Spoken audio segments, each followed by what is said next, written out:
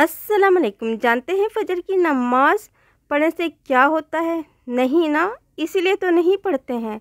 तो मैं बताती हूँ कि कौन सी नमाज़ पढ़ने से दुनिया में क्या फ़ायदे होते हैं और मरने के बाद और रोज़े महशर के अजर व सवाब से तो आप सब वाकिफ़ हैं, मगर फिर भी गाफिल हैं। खूबसूरती तो सब चाहते हैं, उसके लिए दुनिया जहान की क्रीम्स और रेमेडीज़ का इस्तेमाल करते हैं, वो भी करते रहें।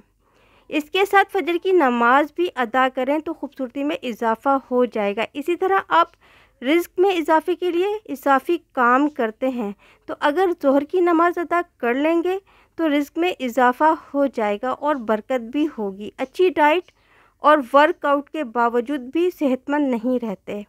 असर की नमाज आपकी सेहत बेहतर करती है और मगरिब की नमाज आपका मुस्तकबिल संवार देती है।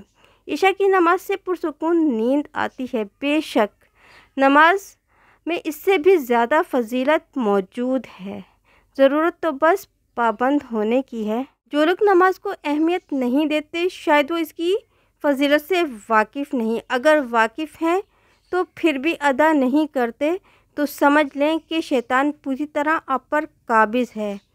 थोड़ी सी हिम्मत करके आप शैतान के कब्ज़े से ख़ुद को रिहा कर सकते हैं, बस थोड़ी सी हिम्मत। जानते हैं कि जो लोग नमाज को अहमियत नहीं देते हैं, मरते वक्त उनको 3 सज़ाएं भुगतनी पड़ेंगी। वो ये हैं, बेनमाजी ज़िल्लत की मौत मरता है, भूखा मरता है और प्यासा मरता है। बेशक वो पूरा समंदर ही क्यों ना पी ले, फिर भी प्यासा ही मरेगा। अब आगे आपकी मर्ज़ी है।